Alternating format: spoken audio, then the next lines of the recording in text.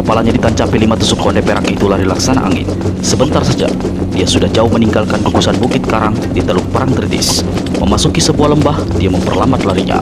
Di situ, di satu tempat yang sunyi dan teduh, si nenek berhenti. Sosok anak kecil berpakaian serba hitam yang sejak tadi dipanggulnya diletakkan di atas satu tonjolan tanah keras rata. Dia pandangi tubuh pingsan tak bergerak itu sambil menarik nafas berulang kali. Dalam hatinya, sebenarnya nenek ini merasa sangat khawatir, namun air mukanya yang angker sebaliknya malah menyorotkan hawa kemarahan. Anak setan, tubuhmu panas seperti dipanggang, tanganmu kananmu patah. Untung kau tidak mampus dihantam pukulan sakti nenek bermuka putih itu. Kepandaian cuma sejengkal, berani-beraninya kamu mempermainkan orang. Anak yang tergeletak di tanah dalam keadaan pingsan itu adalah naga kuning alias naga cilik. Seperti dituturkan dalam episode sebelumnya, utusan dari akhirat. Anak itu berani melawan Sabenan Raja, malah mempermalukan nenek sakti itu dengan menarik tanggal jubah hitamnya di sebelah bawah. Akibatnya, Sabenan Raja menjadi kalap. Setelah berhasil mematahkan tangan kanannya, Sabenan Raja menghantamnya dengan pukulan kipas neraka. Walau tidak terkena telak, namun pukulan kipas neraka membuat si anak hangus sebagian pakaiannya. Wajahnya tampak sangat merah, tapi anehnya bibirnya berwarna kebiruan. Mukamu merah seperti udang direbus, bibirmu sebiru jelaga. Ada hawa jahat mendekat di tubuhmu, jantungmu pasti bekap-bekap. Anak setan, kalau tidak kasihan padamu, seharusnya kubiarkan saja kau mampus. Mengapa kau mau-maunya menolongmu mencari urusan? Nenek itu menghela napas panjang lalu kembali mengoceh. Aku harus membersihkan tubuhmu. Kalau tanah merah dan biru juga ada di dalammu, jangan harap aku bisa selamatkan jiwamu. Si nenek membungkuk, lalu jari-jari tangannya yang kurus berkuku panjang dan hitam bergerak ke dada si anak. Baju hitam yang dikenakan bocah pingsan itu robek besar di bagian dada. Bagian dada si anak tersigap. Kagetlah si nenek, dia tersentak bangkit lalu tersurut sampai 2 langkah. Sepasang matanya mendelik, memancarkan sinar aneh, menatap lekat ke arah dada si anak. Di dada itu ada gambar seekor naga besar berwarna kuning. Naga kuning, desis si nenek dengan satu suara bergetar. Untuk beberapa lamanya, nenek itu tegak tak bergerak, memandang melotot tak berkedip. Kalau anak ini memang benar, bagaimana aku bisa mempercayai? Satu-satunya yang tahu asal-usul anak ini adalah Kiai Gede tanpa pamungkas. Tapi orang sakti itu kuketahui sudah lama berpulang. Kalaupun masih hidup, di mana aku harus mencari? Si nenek menarik nafas dalam lalu berulang kali. Dia sadar kalau saat itu sekujur tubuhnya terasa bergetar. Setelah terdiam beberapa lama, akhirnya dia berkata, apapun yang terjadi, aku berkewajiban menolong anak ini. Kalau sampai dia tewas di tanganku, aku bakal celaka seumur umur. Masih untung tak ada warna merah dan biru di bagian dadanya. Berarti aku bakalan bisa menolong walau sulit setengah mati. Mudah-mudahan Gusti Allah mau menurunkan kuasa, kekuatan dan kasihnya menyelamatkan anak ini. Si nenek lalu cabut 3 tusuk konde yang menancap di kepalanya. Tusuk konde pertama ditusukkannya ke ubun-ubun si anak. Tusuk konde kedua ditusukkan ke telapak kaki kanan, lalu yang terakhir ditancapkan ke telapak kaki kiri. Saat itu juga tubuh naga kuning berguncang keras. Si nenek cepat tempelkan tangannya kiri dan kanan di kening si bocah, lalu mulai mengerahkan tenaga dalamnya. Tubuh si anak yang tadi berguncang kini mengendur dan guncangan perlahan-lahan lenyap. Si nenek alirkan hawa sakti sejuk lewat tangan kanan, sedang hawa sakti hangat melalui tangan kiri. Dari wajah si anak yang berwarna merah keluar asap tipis. Si nenek merasa agak lega. Dia lipat gandakan aliran hawa sakti, namun jadi terperangah ketika merasakan ada kekuatan aneh menolak keluar dari kening si anak, membuat 2 tangannya bergetar. Selagi si nenek terkesikap, tiba-tiba di belakangnya terdengar suara berisik sekali. Liang telinganya seperti ditusuk. Itulah suara kaleng yang kerontang yang tiada hentinya. Setan alas, tua bangka sialan, beraninya kau mengacaukan pekerjaanku. Si nenek menyumpah. Suara kelontangan kaleng sirna. Kini terdengar suara tawa mengekeh. Sinto Gendeng, walau kau sudah bau tanah, sifatmu tidak berubah. Memaki mengutuk serapa tak pernah berhenti. Sejak lama aku mencarimu. Aku tahu. Apa kau tahu? Riba persilatan tanah Jawa dan Andala setengah dilanda malapetaka besar. Kalau tidak tahu, masakan aku mau mencapaikan diri, meninggalkan puncak Gunung Gede? Bukankah kau dan aku barusan mengalaminya sendiri di Teluk Parangtritis? Jawab si nenek seraya berpaling. Dia ternyata adalah Eyang Sinto Gendeng dari Gunung Gede, guru pendekar kapak maut Naga Geni 212 Wiro Sableng. Kau betul. Sebelumnya kita berada di Teluk Parangtritis. Kita sama-sama tersesat di tempat ini. Aku merasa ada sosok lain yang bernapas tersendat-sendat di dekatmu. Apa yang kau lakukan di sini, Sinto? Aku tengah berusaha menyelamatkan seorang bocah yang siap meregang nyawa. Mendekatlah kemari agar kau tahu siapa adanya anak ini. Orang yang diajak bicara melangkah mendekati si anak. Begitu berada di dekatnya, Sinto Gendeng pegangi lengan kanan orang itu, lalu usapkan telapak tangan kanannya ke dada anak yang pingsan. Orang ini ternyata seorang kakek bermata putih, alias buta melek, dan bukan lain adalah manusia sakti, salah seorang tokoh aneh dunia persilatan yang dikenal dengan julukan kakek segala tahu. Astaga, berucap si kakek setengah berseru. Walau matanya buta, tapi dia memiliki beberapa kehebatan. Di antaranya mengetahui sesuatu dengan jalan meraba. Ada gambar ular naga besar di dadanya. Bukankah anak ini naga kuning alias naga cilik, penjaga kawasan telaga besar Gajah Mungkur? Nah, kau memang hebat. Meski jelek dan buta, tapi punya kesaktian melihat secara aneh. Kakek segala tahu tertawa mengekeh dan goyangkan tangan kanannya yang memegang kaleng rombeng. Apa yang terjadi dengan anak ini, Shinto? Aku merasakan ada hawa aneh dan panas ketika meraba dadanya. Aliran darahnya tidak beres, nafasnya sudah sampai ke leher. Anak ini menderita cedera berat, tangan kanannya patah. Tapi yang gawat, luka dalam yang dideritanya. Anak ini cedera berat, tangan kanannya patah. Tapi yang gawat, luka dalam yang dideritanya. Aku tahu. Anak ini terlibat dalam bentrokan hebat di Parang Tritis. Dia dihajar Sabenan Ranca dengan pukulan kipas neraka, kata Shinto Gendeng pula. Kalau bukan naga kuning, pasti anak ini sudah menemui ajal tadi. Kakek segala tahu mendongak ke langit. Tangan kanannya yang memegang tongkat diayung-ayungkan kian kemari. Sesaat terdengar dia bergumam. Lalu didengarnya Shinto Gendeng berucap, Sabenan Ranca jauh-jauh datang dari Andalas, pasti punya maksud tertentu. Aku sejak lama menyerap kabar. Nenek satu ini sepertinya punya satu urusan besar di tanah Jawa ini. Agaknya telah terjadi sesuatu di luar pengetahuan kita. Aku lihat nenek muka putih itu muncul mengenakan mantel hitam sakti milik Datuk Tinggi Raja di langit. Aku yakin dia juga telah menguasai mutiara setan sang datuk. Belakangan ini dia muncul beberapa tempat di tanah Jawa. Tindak tanduknya aneh. Setiap dia muncul pasti terjadi sesuatu. Kau tahu atau kenal dengan nenek keparat itu? Kakek segala tahu goyangkan kaleng rombengnya 2 kali. Apa yang aku ketahui rasanya tidak sebanyak yang kau ketahui, Shinto. Maksudmu?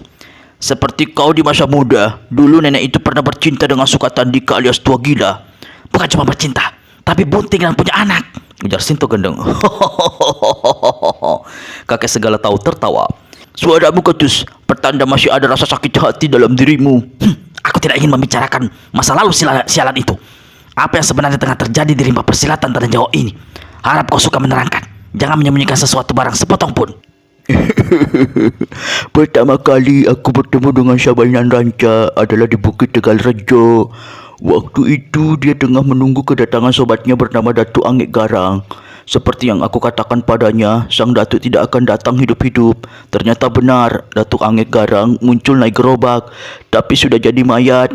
Pasti tua gila yang membunuhnya, karena maling sate mulut tunggal kakek sedeng itu mati di tangan Datuk Angik Garang. Celakanya, belakangan aku mendengar bahwa Sabenan Ranca menuduh aku yang telah membunuh Datuk Angik Garang. Kakek segala tahu kerontangkan kalengnya, lalu tertawa gelak-gelak. Tiba-tiba dihentikan tawanya. Menatap ke arah Shinto Gendeng dan berkata, Shinto, kalau aku terus bercerita, kapan kau menolong naga kuning? Astaga, Shinto Gendeng tersentak kaget. Aku sampai terlupa. Aku ikut membantu, kata si kakek pula. Kau tahu siapa aku? Tak perlu dibantu, ujar Shinto Gendeng pula. Jangan takabur, Shinto. Pukulan kipas neraka bukan pukulan sembarangan. Cedera yang dialami naga kuning parah sekali. Si nenek mencibir. Dari dulu kau selalu meremehkan diriku. Kaki di belakang Shinto Gendeng tertawa mengekeh, lalu kerontangkan kaleng rombengnya. Kakek setan, kau mau membuat aku jadi budak. Hentikan perbuatanmu, atau kau hancurkan kaleng jahanam itu.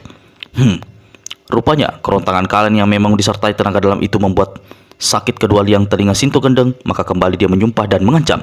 Shinto, aku kakek segala tahu yang sudah jadi sahabatmu sampai karatan begini, merasa wajib membantu. Seserah kau suka atau tidak.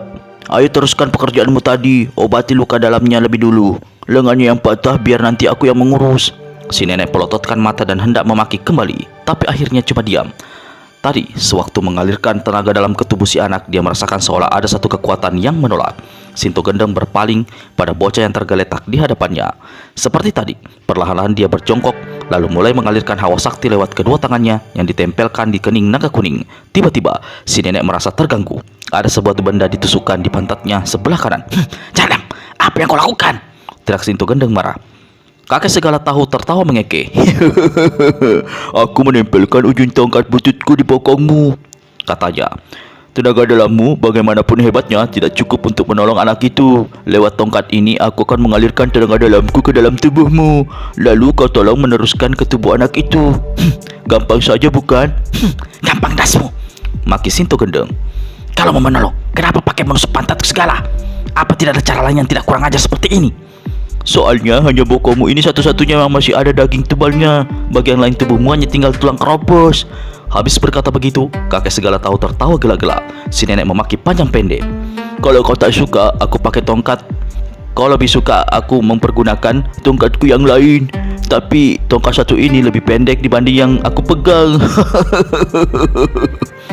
Setan tua, jangan kau berani bicara kurang ajar, hardik Sinto Gendeng. Sudah, jangan marah. Tongkat kayu tidak suka. Tongkat yang barusan kutawarkan kau juga tidak mau, malah tambah sewot. Baiknya aku pergunakan tangan saja. Kutempelkan di pantatmu begitu. Kakek kurang asem. Sudah, tutup mulutmu. Kakek segala tahu tertawa mengeke. Lalu tangan kirinya kembali menggoyangkan kaleng rombeng berisi batu-batu kerikil itu. Sinto Gendeng, walau masih jengkel, tapi terpaksa diam saja. Dia salurkan tenaga dalamnya ke dalam tubuh naga kuning melalui kedua tangannya. Sementara di belakangnya si kakek yang menusukkan tongkat bututnya di tubuh bawah si nenek mulai pula mengalirkan hawa saktinya lewat tongkat. Jika ada orang lain menyaksikan kejadian ini pasti tidak bisa menahan tawa karena lucu melihat keadaan kedua orang itu. Tiba-tiba pinggul dan pantat Sinto Gendeng tampak bergoyang-goyang. Hei, jangan bergerak. Salah-salah tenaga dalamku bisa masuk ke tempat lain. Kakek segala tahu berseru. Kakek setan, tusukan tongkatmu membuat bokongku gatal dan geli, jawab Sinto Gendeng. Kakek segala tahu tertawa cekikikan. Tahan saja, pekerjaan ini tidak lama. Sebentar lagi juga selesai, berkata si kakek. Jangan terlalu keras menekan bokongku, kata Sinto Gendeng yang dijawab oleh kakek segala tahu dengan tawa bergelak. Lalu dua orang tua itu sama-sama berdiam diri, sama-sama mengarahkan tenaga dalam untuk menolong naga kuning yang terluka parah di sebelah dalam akibat hantaman pukulan sakti kipas neraka yang dilancarkan oleh Sabainan Ranca. Dari tiga bagian tubuh di mana tiga tusuk kode ditancapkan, tiba-tiba keluar cairan berwarna biru. Racun pukulan membuat darah anak ini berwarna biru, kata Sinto Gendeng dalam hati.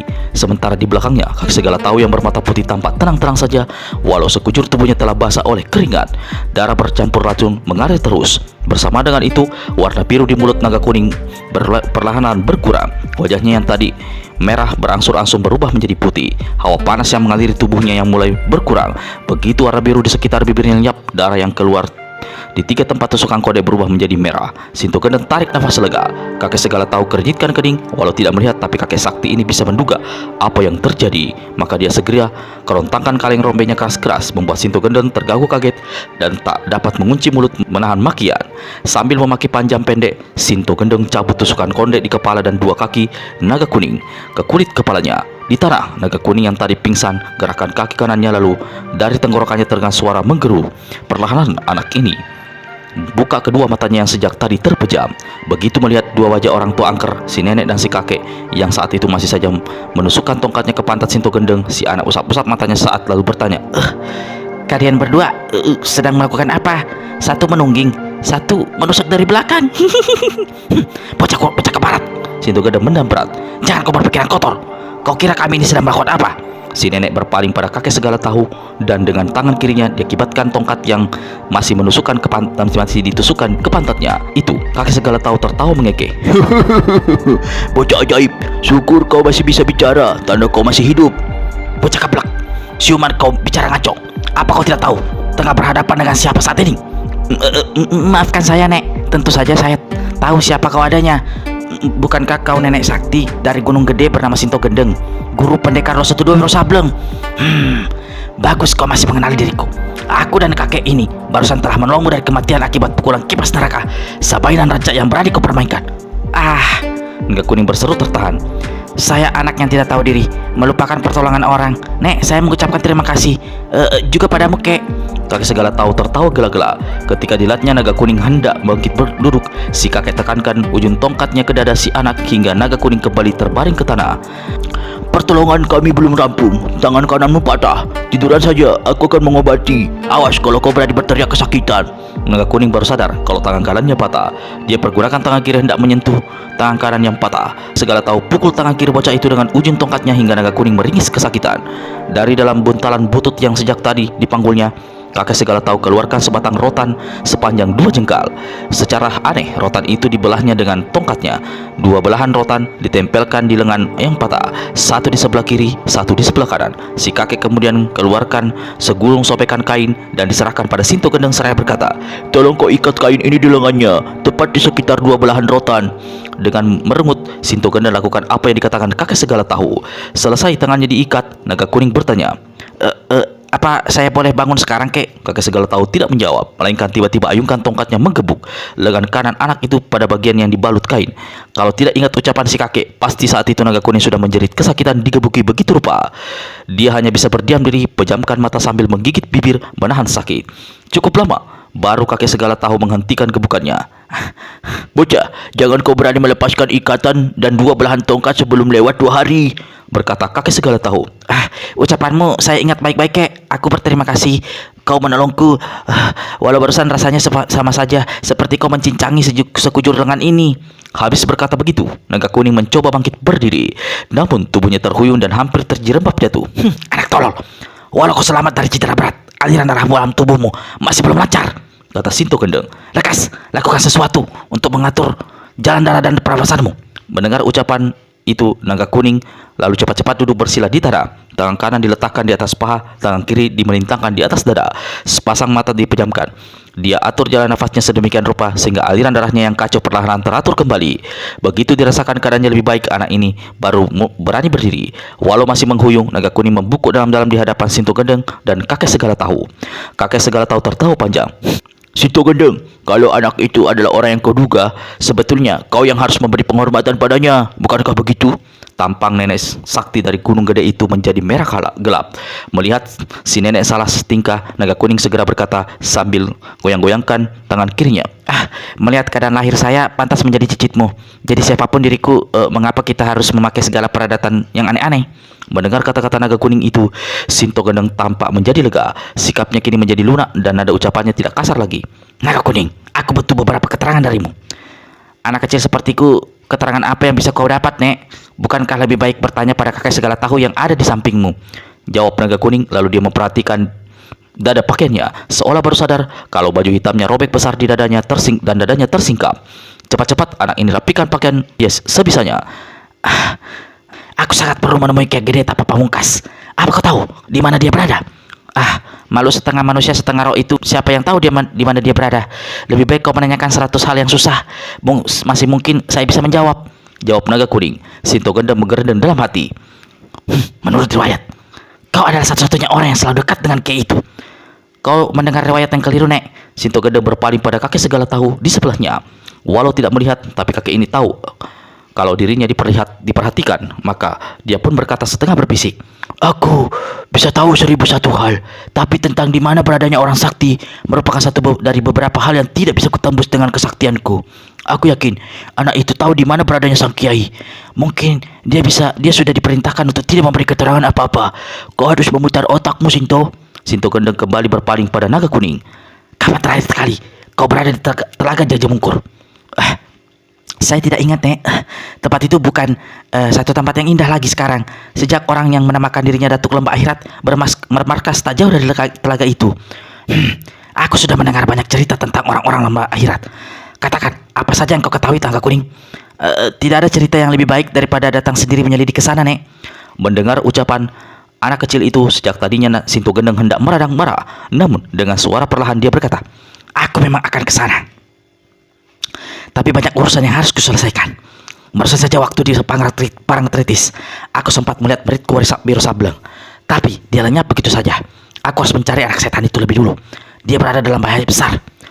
Bahaya besar katamu, Nek? Jujur saya tahu muridmu itu banyak pacaran di mana-mana. Semuanya cantik-cantik. Berarti hidupnya senang, bukan dalam bahaya. Naga Kuning, kau memancing kemarahanku. Jika kau tidak punya keterangan berharga yang bisa kau berikan, lebih baik kau pergi saja. Nenek Sinto, jangan kau marah. Aku memang mau pergi agar kau bisa berdua-dua dengan kakek buta itu. Anak setan. Sinto Gendeng tidak dapat lagi menahan kemarahannya. Kau kira kami berdua punya hubungan apa yang tidak senonoh? Si nenek maju mendekati Naga Kuning, ulurkan tangan hendak menjambat rambut yang japrik. Si nenek tertawa. Si bocah tertawa keras, lalu berkelit. Sambil berlari tinggalkan tempat itu, dia berteriak, kakek segala tahu, jangan mau sama nenek itu. Dia bau pesing. Sinto Gendeng memaki panjang pendek sampai mulutnya yang peot termonyong-monyong, hendak mengejar, namun Naga Kuning sudah kabur. Kini kemarahannya ditumpahkan pada kakek segala tahu. Anak setan itu berani mengurang-ajari diri kita. Kau diam saja seperti itu. Tuli, manusia macam apa kau? Kakek segala tahu goyangkan tangannya yang memegang kaleng rombeng. Lalu dia tertawa gila-gila. Sinto Gendeng sendiri banting-banting kakinya saking kesalnya. Sinto, ayo kita tinggal ke tempat ini. Sambil berjalan, aku akan menuturkan apa saja aku ketahui terjadi di rimba persilatan. Hanya ada satu hal yang penting yang perlu buru-buru aku beritahukan. Pada bulan purnama yang akan datang, aku mendapat firasat ada satu peristiwa besar akan terjadi di Telaga Gajah Mungkur. Sinto Gendeng bergumam. Kalau cuma itu tanpa memakai firasat pun aku sudah tahu. Itu sebabnya aku saat ini akan menuju ke sana. Lalu apakah sudah mendengar riwayat seorang datuk yang menguasai lembah bernama Lembah Akhirat, letaknya tak jauh dari Gajah Mungkur? Itu termasuk juga hal yang akan kuselidiki. Bocah nakal tadi memang benar. Aku harus datang sendiri ke sana. Kita harus berhati-hati, Sinto. Banyak tokoh silat terkemuka datang ke tempat itu. Mereka tak pernah keluar lagi. Tidak diketahui masih hidup atau sudah menemui ajal. Mayatnya pun tak pernah ditemukan. Mereka lenyap laksana di telan bumi. Terakhir yang ku ketahui pergi ke sana adalah tokoh berjuluk Dewa Sedih, lalu menyusul Dewa Ketawa. Tidak diketahui pula di mana beradanya. Paling belakangan, si Kesura Jelantik dikabarkan telah bergabung dengan orang-orang Lembah Akhirat. Banyak urusan yang tidak karuan. Semua kabarnya berpangkal pada sebuah kitab bernama Kitab Wasiat Malaikat. Kitab geblek. Itu hanya cerita isapan jempol saja, tugas Sinto Gendeng. Aku justru berpendapat lain. Kitab itu kemungkinan besar memang ada. Hanya saja perlu diselidiki. Apakah Datuk Lembah Akhirat benar-benar memilikinya, atau kitab itu ada pada orang lain dan sang Datuk cuma mengarang cerita untuk mengeruk keuntungan tertentu guna menarik para tokoh untuk bergabung dengannya. Kalau Dewa Sedih dan Dewa saudaranya Dewa Ketawa benar-benar bergabung dengan Lembah Akhirat, aku akan mengajar dua tua bangka tidak tahu diuntuk itu. Mengenai si Kesura Jelantik, sejak muda aku kenal dia sebagai perempuan culas. Kuharap ucapanmu itu tidak karena si Kesura Jelantik adalah juga salah satu sainganmu di masa muda dalam merebut tua gila. Para Sinto Gendeng tampak merah mendengar ucapan kakek segala tahu itu. Mulutnya termonyong-monyong, mukanya yang keriputan kemudian kelihatan asam. Dalam hati dia memaki habis-habisan. Sinto, aku tahu saat ini pasti tampakmu merenggut cemberut, tapi kuharap kau mendengar kata-kataku. Mungkin Naga Kuning tidak mengetahui di mana beradanya Ki Gede Tanpa Pamungkas, tapi aku yakin anak itu tahu beberapa hal penting dalam rimba persilatan. Jadi aku usul agar kita segera mengikuti kemana larinya. Bocah itu menjegelkanku. Kemana dia mau pergi, aku tidak peduli. Aku merasa lebih penting mencari muridku si Sableng itu lebih dulu. Kau tahu apa yang terjadi dengan dirinya? Keadaannya dalam bahaya besar. Kalau begitu, kita terpaksa meneruskan perjalanan berlainan arah. Namun ada satu hal yang sangat penting. Pada saat bulan purnama, 14 hari di muka, aku harap kau berada di Telaga Gajah Mungkur. Sinto Gendeng perhatikan wajah kakek buta itu. Mendadak saja hatinya berdebar. Ini dia kali kedua dia mengatakan hal itu. Jangan-jangan ada orang yang sudah tahu mengenai pedang itu, katanya dalam hati. Lalu dia bertanya dengan nada tak acuh agar orang tidak curiga. Memangnya ada apa di sana? Aku punya firasat akan terjadi satu hal besar di sana. Lalu orang tua ini mendongak ke langit. Kaleng rombengnya digoyangkan beberapa kali. Aku melihat bulan purnama, Sinto, tapi diselimuti kegelapan. Kau ngaco saja. Bulan purnama mana ada yang gelap? Potong Sinto Gendeng. Kegelapan biasa, Sinto. Bulan itu terselubung darah menghitam. Sinto Gendeng hendak mengatakan sesuatu, tapi si kakek lebih dulu menggoyangkan kaleng rombengnya 3 kali berturut-turut, membuat si nenek palingkan kepala ke jurusan lain sambil menekap telinganya. Ketika dia membalik kembali, si kakek tidak ada lagi di tempat itu. Di kejauhan, tampak orang tua itu sudah berada 8 tombak di depan sana, melangkah tersauk-sauk dengan potongan tongkatnya.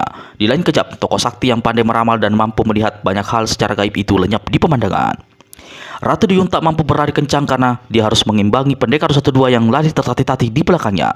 Di satu tikungan jalan, Wiro hentikan larinya dengan suara tersendat karena nafas sesak. Dia berkata, aku tak sanggup lari lebih jauh, mau copot jantungku rasanya. Kita ini mau kemana? Ratu Duyung yang saat itu mengenakan pakaian serba hitam memandang berkeliling. Kita sudah cukup jauh meninggalkan teluk. Kuharap di sini cukup aman. Ikuti aku berlindung di balik semak belukar sana. Sang ratu lalu melangkah ke balik rimbunan semak belukar. Wiro mengikuti. Saat itu Wiro ingat sesuatu. Dia meraba seputar pinggangnya. Astaga, senjataku, katanya dengan wajah berubah. Seperti dituturkan dalam episode sebelumnya, utusan dari akhirat. Sewaktu terjadi pertempuran di Teluk Perang Tritis, Naga Kuning telah dipergunakan kapak maut naga geni 212 milik Wiro untuk menghadapi Sabainan Ranca. Namun si nenek sakti berhasil mematahkan tangan anak itu hingga kapak naga geni 212 terlepas mental. Untungnya sebelum senjata mustika ketika itu diambil oleh Sabai dan Ranca. Orang aneh berpakaian dan bercadar kuning mendahului mengambilnya. Aku harus kembali ke Teluk. Kalau sampai senjata itu jatuh ke tangan orang lain, aku bisa celaka seumur umur. Wiro, tunggu, kata Ratu Duyung seraya cepat memegang tangan sang pendekar, mencegahnya meninggalkan tempat itu. Ratu, antara kita memang ada satu hal besar yang yang perlu dijernihkan. Namun saat ini aku lebih penting mendapatkan Kakamat Naga Geni 212 kembali. Harap kau suka melepaskan peganganmu. Waktu bicara, Wiro memandang ke jurusan lain, seolah sengaja tidak mau menatap wajah cantik yang dihiasi oleh sepasang mata biru indah itu. Wiro, dengar, dalam keadaanmu seperti ini terlalu berbahaya untuk kembali ke Teluk. Aku yakin Sabai dan Ranca masih berada di sana. Lalu, bagaimana kalau pemuda bernama utusan dari akhirat itu mengetahui bahwa kau adalah selama ini yang dicarinya? Jadi kau sudah tahu kalau dia juga bermaksud membunuhku. Memang aku tidak dapat memastikan. Tapi jika dia memiliki pukulan gerhana matahari, pasti dia punya sangkut paut dengan Pangeran Matahari atau si muka bangkai. Bagaimana kau bisa tahu dia memiliki pukulan gerhana matahari? Tanya Wiro. Sudahlah, hal itu tidak perlu kita perdebatkan. Yang aku heran, bukankah Pangeran Matahari dan gurunya si muka bangkai itu sudah tewas di Pangandaran? Mereka boleh mati, tapi apakah keanehan di limbah persilatan ini akan terhenti hanya kepada kematian mereka berdua? Kau benar, kata Wiro perlahan. Apa yang harus aku lakukan sekarang? Kita perlu bicara, Wiro. Seperti ku katakan tadi, antara kita ada satu masalah besar yang perlu dijernihkan. Wiro bergumam sambil garuk-garuk kepala. Aku tak tahu apa yang terjadi dengan diriku. Aku merasa seolah ini aku bukan diriku lagi. Aku mengerti, semua berpangkal pada diriku. Gurumu menuduh aku mencelakai dirimu. Aku tidak menyalahkan gurumu, tidak bisa menyalahkan siapapun. Aku hanya mementingkan diri sendiri, gara-gara keinginanku terlepas dari kutukan itu. Tapi sebaliknya, kau yang jadi celaka, Wiro. Jika saja aku tahu hal itu akan terjadi dengan dirimu, aku tidak akan mau melakukannya. Wiro terdiam. Dalam hati dia berkata, aneh. Dulu sebelum bertemu aku begitu marah padanya. Sekarang setelah berhadapan-hadapan, mengapa rasa marah itu menjadi lenyap? Seolah aku sudah memaafkannya sebelum dia meminta. Menurut perhitunganku, hanya tinggal sekitar 10 hari lagi sebelum kau kembali memiliki kesaktian dan tenaga dalam seperti dulu. Karena itu, selama sisa waktu itu, izinkan aku selalu mendampingimu. Kalau bahaya mengancam, aku rela mengadu jiwa untuk keselamatanmu. Wiro menghela nafas panjang. Aku tidak tahu harus berkata apa. Dulu begitu sadar, aku kehilangan segala-galanya sehabis kita berada di puri itu. Aku benar-benar naik pitam. Aku ingin mencarimu, ingin menghajarmu. Tapi sekarang, jika itu kehendakmu, aku bersiap menerima hukuman. Dulu, aku begitu ingin bebas dari kutukan jahat itu. Setelah terlepas dari kutukan itu, aku jadi takut sendiri untuk hidup di dunia seperti duniamu. Karena aku mengambil tekad, jika semua urusan selesai, aku akan kembali berkumpul bersama anak buahku dalam alam serba gaib itu. Kalau begitu, pengorbananmu sia-sia belaka. Bukan pengorbananku, Wiro, tapi pengorbananmu. Ketahuilah, tak ada pengorbanan yang sia-sia. Setiap kejadian ada hikmahnya sendiri-sendiri. Walau mungkin baru di kemudian hari kita rasakan. Aku minta maaf atas semua yang terjadi. Jika kau ingin menghukumku, aku sudah siap. Lakukanlah saat ini juga. Wiro garuk-garuk kepala. Wajahnya diangkat sedikit untuk melihat wajah sang ratu. Saat itulah Wiro melihat bagaimana Ratu Duyung tegak dengan kepala tertunduk. Butiran-butiran air mata menetes jatuh membasahi tubuh kedua pipinya yang halus. Murid Sintoganda jadi salah tingkah. Dia paling tidak bisa melihat orang menangis, apalagi gadis secantik sang ratu. Ratu, kurasa waktu di puri dulu kau dan aku belum sempat melakukan apa-apa. Tapi mengapa? Itu semua terjadi atas kuasanya yang maha kuasa. Aku meminta dengan hati yang bersih padanya. Kau menolong dengan segala ketulusan, sehingga sebelum itu terjadi, aku telah terlepas dari kutukan. Hanya saja kau yang menanggung akibatnya. Wiro terdiam. Bukan saja karena mendengar ucapan Ratu Duyung, tapi juga karena dia melihat bagaimana ingat kapak naga geni 212 miliknya. Kita sudah bicara, segala sesuatunya serba jelas kini. Jelas sudah. Tapi apakah kau bisa mengerti dan mau memaafkan diriku? Tanya Ratu Duyung. Aku sudah memaafkan sebelum kau meminta, jawab murid Sinto Gendeng pula. Antara kita tidak ada kesalahpahaman. Sekarang izinkan aku kembali ke Teluk untuk mencari senjata mustikaku. Jangan pergi, baiknya aku melihat ke dalam cermin dulu, kata Ratu Duyung. Lalu dia segera keluarkan cermin bulat di balik baju hitamnya. Ketika dia memandang ke dalam cermin sakti, terkejutlah gadis cantik bermata biru itu. Ada apa, Ratu? Tanya Wiro ketika melihat perubahan wajah sang ratu. Aku melihat 2 orang pemuda menuju ke tempat ini. Yang pertama pemuda bernama utusan dari akhirat itu. Di belakangnya seorang pemuda berpakaian hijau. Aku rasa-rasa pernah melihatnya sebelumnya, tapi lupa di mana. Wiro, mereka segera sampai di sini, lekas berlindung di balik pohon besar sana. Dada pendekar 212 berdebar juga mendengar apa yang dikatakan Ratu Duyung itu, tapi dia tetap tidak bergerak dari tempatnya. Apapun yang terjadi, kita hadapi semua urusan bersama-sama. Ucapan Wiro menyentuh lubuk hati Ratu hingga gadis ini meremas jari-jari tangan Wiro penuh perasaan haru.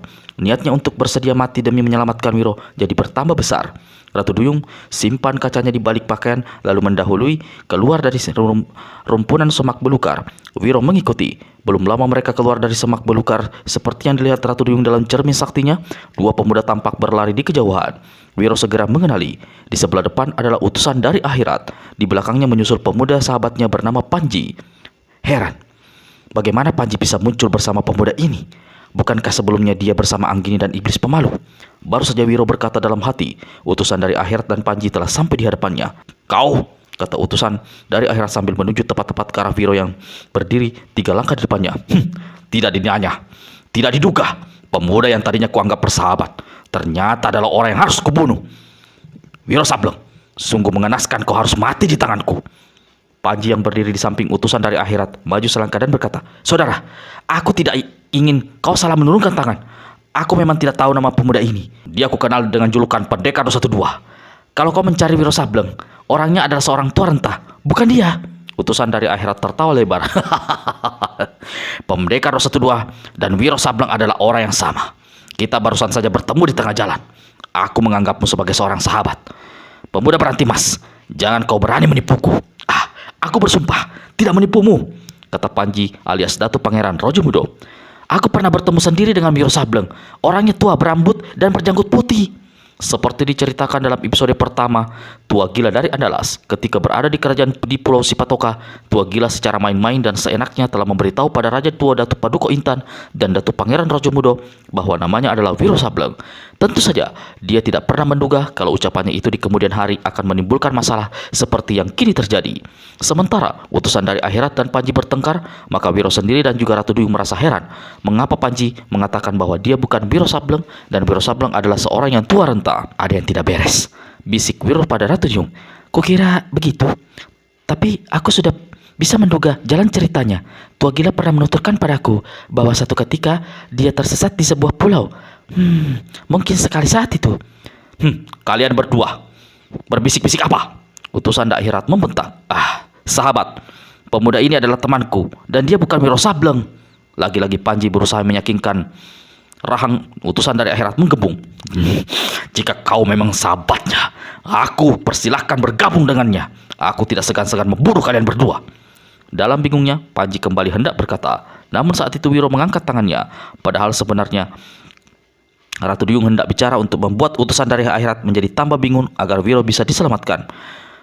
Utusan dari akhirat, kata Pendekar 212. Walau cuma sebentar, tapi sebelumnya kita pernah bersahabat. Namun apa artinya persahabatan itu jika kau memang mempunyai maksud membunuh seorang bernama Wiro Sableng berjuluk Pendekar 212? Karena akulah orang yang kau cari. Aku Wiro Sableng, aku Pendekar 212. Berani mati orang ini, keluh Ratu Duyung dalam hati.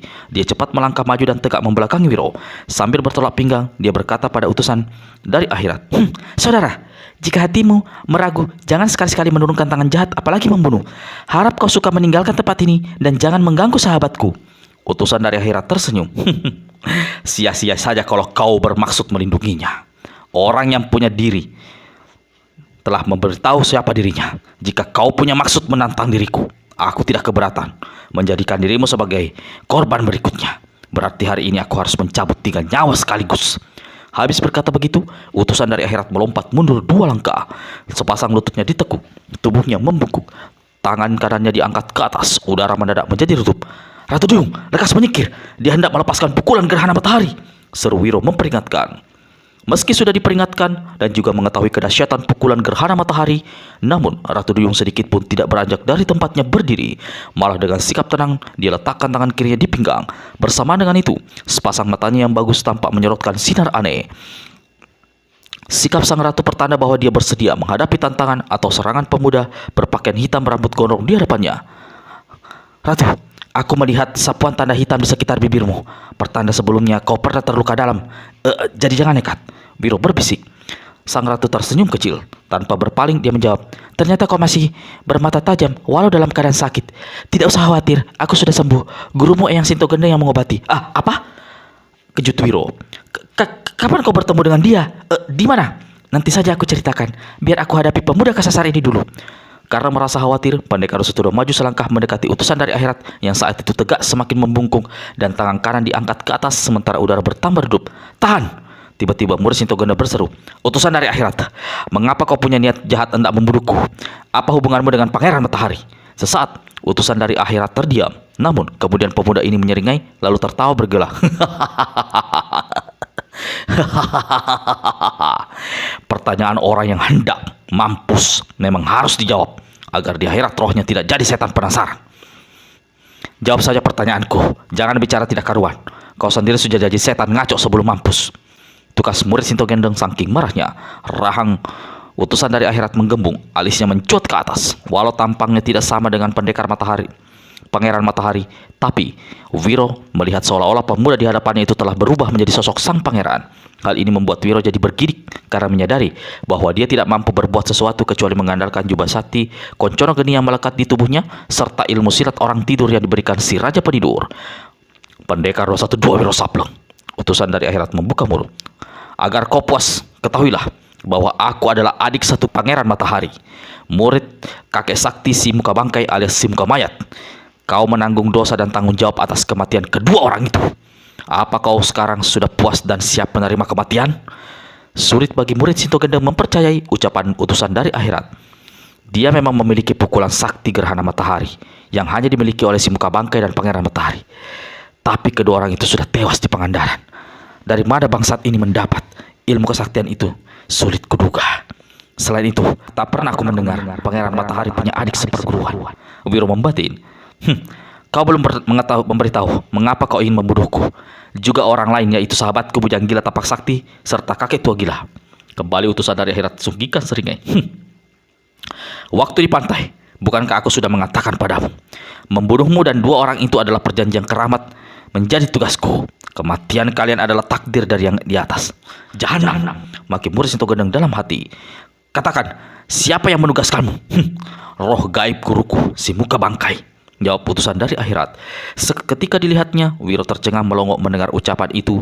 Pemuda ini berkata, ada lagi yang ingin kau katakan atau kau tanyakan sebelum mampus? Ya, ada.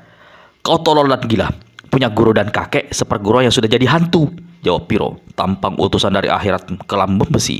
Dari hidungnya keluar suara mendengus. Bersama dengan itu, dia menghantam ke depan. Di saat yang sama, Panji alias Datuk Pangeran Rojo Mudo yang tetap yakin bahwa manusia bernama Wiro Sableng adalah orang tua yang pernah datang ke pulaunya tempo hari, berteriak seraya mendorong utusan dari akhirat ke samping. Saudara, pemuda ini bukan Wiro Sableng. Tiga larik sinar kuning, merah, dan hitam berkiblat. Namun karena tubuhnya terdorong keras ke samping, serangan gerhana matahari yang dilepaskan utusan dari akhirat melesat setengah tombak dari sasaran yang dituju, yakni sosok Pendekar Rosatudon Wiro Sableng. Ketika melihat orang melancarkan serangan, Datu Duyung cepat mendorong tubuh Wiro ke samping hingga serangan lawan semakin jauh. Bersamaan dengan itu, dari sepasang mata sang ratu melesat dua sinar biru menderu ke arah utusan dari akhirat. Sang ratu sengaja tak menghantam langsung pemuda di hadapannya, tapi hanya mengerahkan serangan setengah tombak di depan kaki lawan. Tanah di depan utusan dari akhirat mencuat ke atas. Pemuda ini berseru kaget dan melompat dua tombak ke atas seraya melotot menyaksikan bagaimana di bawah sana kini kelihatan dua lubang besar mengepulkan asap biru. Itu sekedar pengeringatan dariku. Harap kau lekas angkat kaki di tempat ini.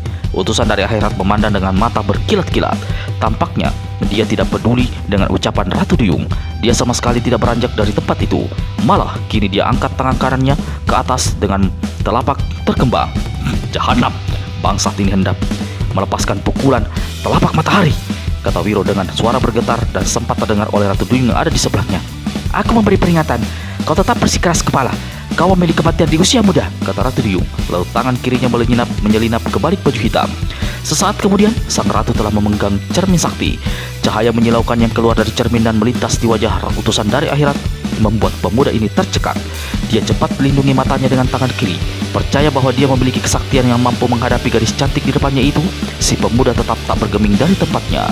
Dari belakang, Panji yang tadi gagal mencegah serangan untuk kedua kalinya berusaha menarik dan mendorong tubuh utusan dari akhirat. Kali ini, utusan dari akhirat tidak tinggal diam. Begitu pinggangnya dicekal, sikutnya bergerak menghantam ke belakang. Panji terpental dua tombak dan jatuh di tanah. Tulang dadanya serasa melesak kena hantaman sakti utusan dari akhirat. Menahan sakit dan juga terbakar oleh awah amarah, Panji bangkit berdiri. Tangan kanannya bergerak mencabut pedang, lalu terdengar suara berdesing. Utusan dari akhirat merasa ada hawa dingin yang menyambar ke arah dua tangannya yang diangkat ke atas. Tanpa berpaling, pemuda ini condongkan tubuh ke depan. Kaki kirinya menekan ke tanah. Bersama dengan itu, tubuhnya diputar ke belakang dan kaki kanannya melesat. Panji tersikap kaget ketika melihat kaki kanan utusan dari akhirat tahu-tahu melesat ke arah kepalanya. Dia cepat membungkuk sambil tusukkan pedang ke selangkangan lawan yang terbuka. Namun kaki kanan utusan dari akhirat menghantam lebih dulu. Panji mengeluh tinggi. Bahu kirinya serasa remuk. Tubuhnya terlempar dan terbanting di tanah. Dia berusaha bangkit dari roboh, kembali megap-megap. Utusan dari akhirat tekap paha kiri kanannya yang robek besar tersambar ujung pedang lawan. Seperti diketahui, walau dia memiliki pukulan sakti yang dipelajarinya dari kitab matahari, sumber segala kesaktian, namun pada dasarnya pemuda yang dulu bernama Layang Kemitir ini belum memiliki dasar ilmu silat yang luar biasa.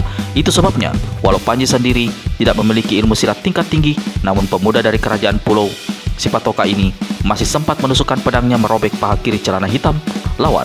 Utusan dari akhirat dalam keadaan marah besar melompat ke hadapan Panji. Kaki kanannya diayungkan untuk menendang kepala orang. Baik Wiro maupun Ratu Duyung sama mengetahui kalau tendangan itu bukan sembarangan tendangan. Sekali kena dihantam, maka kepala pemuda itu kulit sawo matang dan beranti emas itu akan hancur. Nyawanya tidak tertolong lagi. Seolah lupa akan keadaan dirinya, Wiro melompat ke muka untuk memberikan pertolongan. Ratu Duyung berteriak memberi ingat, tapi terlambat. Pendekar 1-2 hantamkan tangan kanannya ke pelipis kiri utusan dari akhirat. Yang diserang tidak pedulikan serangan. Itu dia tetap teruskan tendangannya ke atas kepala Panji. Jotosan Wiro mendarat di pelipis utusan dari akhirat. Kepalanya hanya tersentak sedikit dan kelihatan kemerahan. Sebaliknya, Wiro mengeluh kesakitan dan pegangi tangannya. Jotosan yang dilancarkannya dengan penuh kekuatan tenaga luar itu membuat dia kesakitan sendiri. Sementara, usahanya untuk menolong Panji tidak berhasil karena tendangan kaki kanan utusan dari akhirat terus menderu ke atas kepala Panji. Sesaat lagi, kepala Panji akan dibikin pecah oleh tendangan utusan dari akhirat. Mendadak di udara terdengar suara orang meraung disusul dengan suara tangis yang membuat semua orang tersiram. Lalu ada sesuatu menahan kaki kanan utusan dari akhirat yang membuat tendangannya bukan saja tertahan, tapi tubuhnya terhuyung keras ke belakang lalu jatuh terduduk di tanah. Aku melihat langit, aku melihat bumi, aku melihat anak-anak manusia di tempat ini. Berlaku salah kaprah, bukankah nyawa mereka berdua di tanganku? Suara tangis aneh memenuhi tempat itu. Semua orang tersentak kaget. Lebih-lebih utusan dari akhirat yang kini terhantar di tanah. Semua kepala dipalingkan ke kiri, di mana saat itu tampak tegak seorang kakek berwajah murung, berkulit sangat hitam, mengenakan pakaian berupa selempang kain putih. Rambutnya digulung dan diikat di atas kepala. Alisnya panjang menjulai ke bawah. Tangan kirinya tiada henti mengusap sepasang matanya. Kakek ini keluarkan suara tangis berkepanjangan. Sepasang mata Ratu Duyung tak berkedip memandangi sosok kakek yang tegak menangis itu. Demikian pula dengan Wiro Sableng. Dewa sedih, tokoh aneh berkepandaian tinggi. Terakhir sekali aku melihatnya di Pangandaran. Manusia satu ini memang aneh. Tapi kali ini aku merasakan ada sesuatu keanehan lain dalam diri. Membatin Ratu Duyung. Wiro sendiri yang semula gembira melihat kemunculan orang tua ini, namun menindih perasaannya ketika pandangannya membentur tangan Dewa Sedih. Aneh, desis Wiro dalam hati. Tangan kanan Dewa Sedih berwarna hitam, padahal dulu tidak. Lalu apa maksud ucapannya tadi? Nyawa siapa yang dimaksudkan berada di tangannya? Kakek, kau telah menolongku. Aku mengucapkan terima kasih. Kesunyian di tempat itu dipecahkan oleh suara Panji. Pemuda ini membuat gerakan menjura dalam keadaan berlutut lalu bangkit berdiri. Dewa Sedih menggerung keras. Ucapan terima kasih ada pengantar perkebunan. Aku melihat langit, aku melihat bumi, aku melihat nyawa bertebangan di bumi ke langit, dari tempat ini ke atas sana. Wiro garuk kepala melihat tindak tanduk Dewa Sedih yang tidak seperti biasanya ini. Maka dia pun memancing. Dewa Sedih, aku senang berjumpa lagi denganmu. Apa kau baik-baik saja? Apa kau tahu di mana adik seperguruanmu? Apa kau tahu di mana adikmu, si Dewa Ketawa berada sekarang? Dewa Sedih mendongak ke langit. Sepasang matanya dipejamkan. Tangisnya seolah ditahan hingga dia terseguk-seguk. Lalu perlahan dia turunkan kepalanya dan berpaling ke arah pendekar 1-2 Wiro Sableng. Begitu pandangannya membentur tampang murid Pensentong Gendang itu, maka meraunglah si kakek. Tangan kirinya menunjuk-nunjuk ke arah Wiro. Anak manusia, aku sedih. Tangis di mataku, ratap di hatiku. Kau adalah orang yang kucari selama ini. Kau adalah orang yang pertama yang nyawanya harus kupindahkan dari tubuh kasar ke alam barsa dan dari bumi ke langit. Anak muda, aku terpaksa membunuh saat itu juga. Betapa menyedihkan. Kau mati lebih dulu. Yang lain-lain bisa menyusul kemudian. Berubahlah paras pendekar 1-2 mendengar ucapan Dewa Sedih. Ratu Bingung terkesigap. Tenaga dalam segera diarahkan ke tangan kanan. Sepasang matanya memancarkan kilat. Tangan kiri menggenggam gagang cermin bulat erat-erat. Kalau kakek Sinting ini berani melepaskan tangan Jantara Piro, aku tidak akan menyesal membunuhnya saat ini juga, kata sang ratu dalam hati. Dewa Sedih, apa yang terjadi denganmu? Sejak lama kau menjadi sahabatku dan sahabat orang-orang rimba persilatan golongan putih. Mengapa saat ini kau muncul hendak membunuhku? Jangan-jangan ada yang telah mempengaruhimu? Wiro bertanya dan langsung menyatakan kecurigaannya.